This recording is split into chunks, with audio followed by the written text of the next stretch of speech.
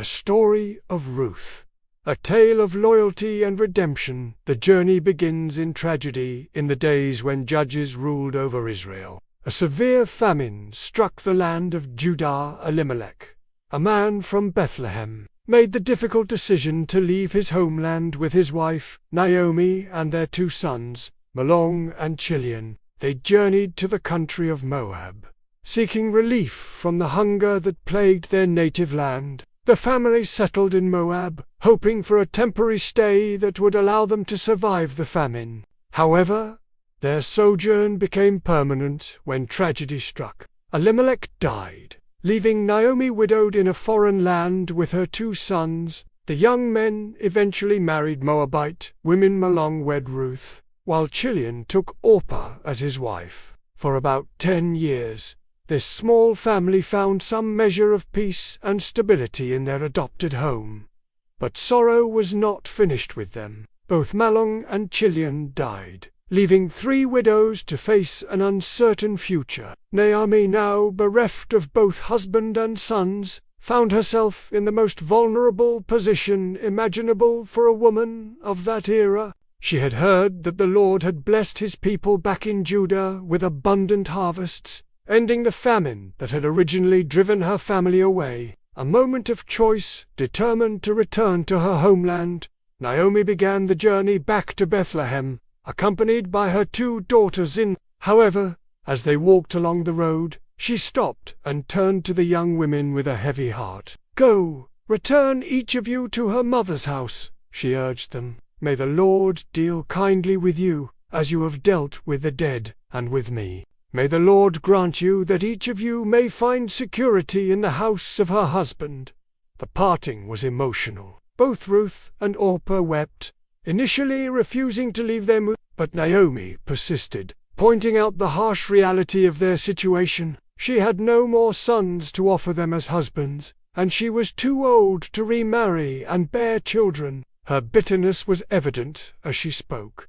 "My lot is far more bitter than yours, for the hand of the Lord has gone out against me."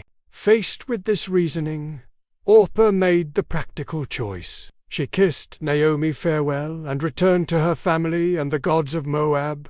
But Ruth made a different decision, one that would echo through generations. The covenant of love. When Naomi urged Ruth to follow her sister-in-law's example, Ruth responded with words that have become among the most beautiful expressions of loyalty and devotion ever recorded.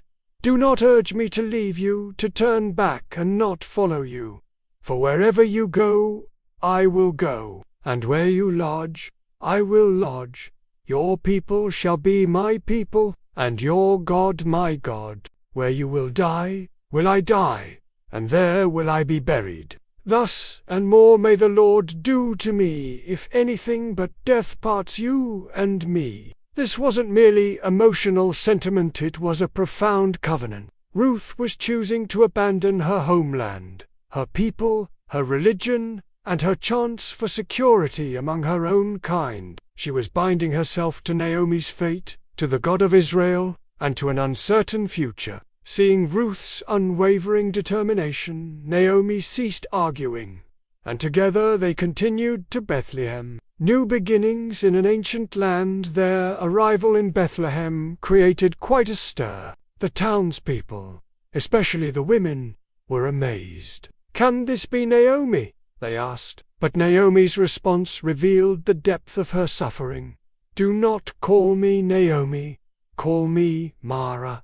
For God has made my lot very bitter. I went away full, and the Lord has brought me home again empty." They arrived at the beginning of barley harvester detail that would prove providential. Ruth determined to provide for herself and her mother-in-law. This was a provision in Israelite law that allowed the poor to gather grain left behind by the reapers. By what seemed like chance but was surely divine providence, Ruth found herself gleaning in a field belonging to Boaz, a wealthy kinsman of Elimelech. When Boaz arrived and noticed the foreign woman working diligently among his workers, he inquired about her identity. His servant explained that she was the Moabite woman who had returned with Naomi. and that she had been working faithfully from morning until evening with hardly a rest. Kindness meets kindness.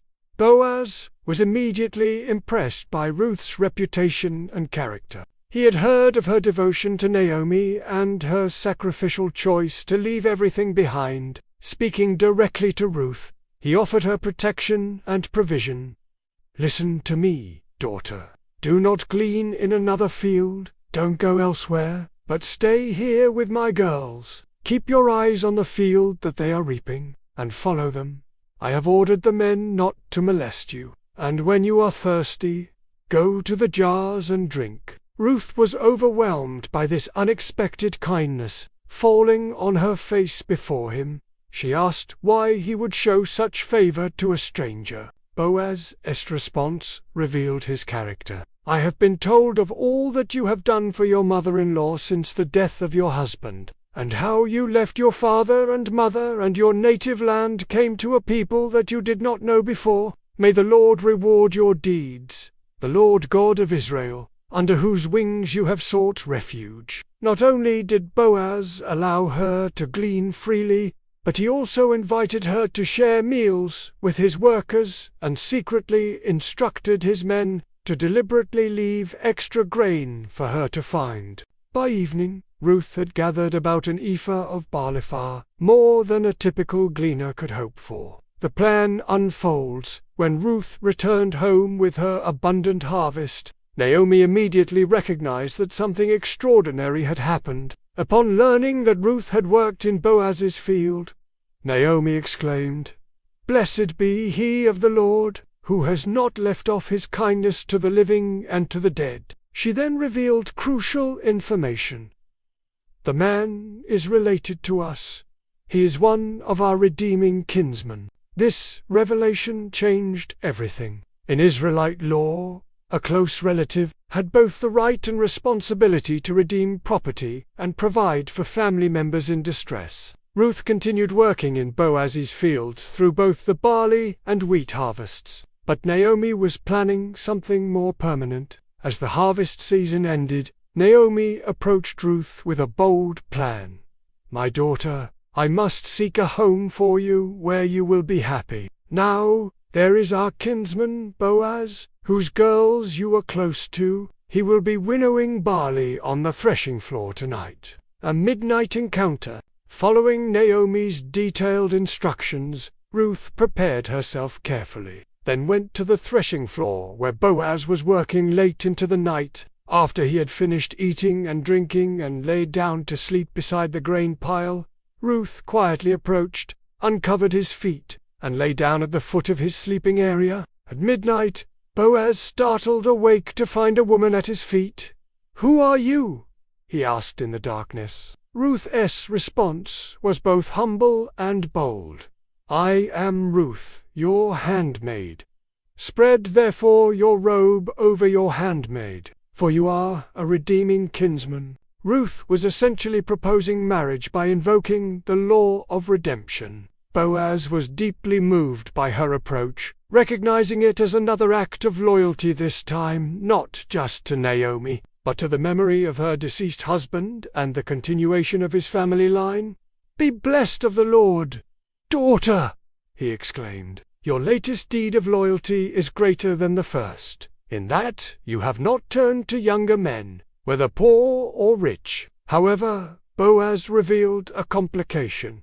There was another kinsman who had a closer claim to the right of redemption. With integrity and careful attention to proper legal procedure, Boaz promised to resolve the matter the next day. He sent Ruth home before dawn with 6 measures of barley, ensuring her reputation remained untarnished, while also providing for her needs. The legal resolution. The next morning, Boaz went to the city gate, the place where legal matters were conducted, and waited for the other kinsman to appear. When the man arrived, Boaz called him over along with 10 elders to serve as witnesses. He presented the situation carefully.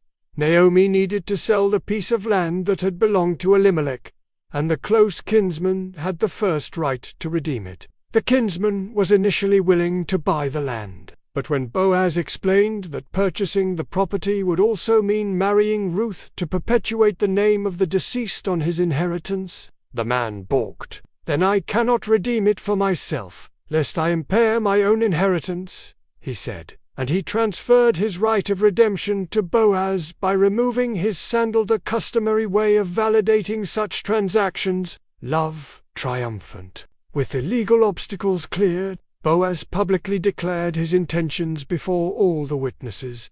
"You are witnesses today that I have bought all that was Elimelech's, and all that was Chilion's and Mahlon's, from the hand of Naomi.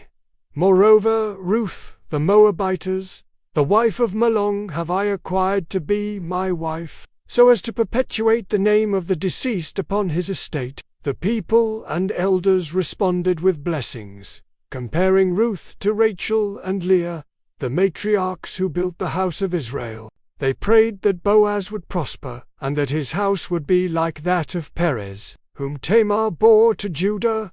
The blessed conclusion: Boaz and Ruth were married, and the Lord blessed their union with conception. When their son was born, the women of Bethlehem celebrated with Naomi, "Blessed be the Lord, which has not left you this day without a redeemer." Naomi took the child and became his nurse, and the neighbor women named him Obed, saying, "There is a son born to Naomi." This child would become the father of Jesse, who was the father of David. Lincoln Ruth, to the lineage of Jesus,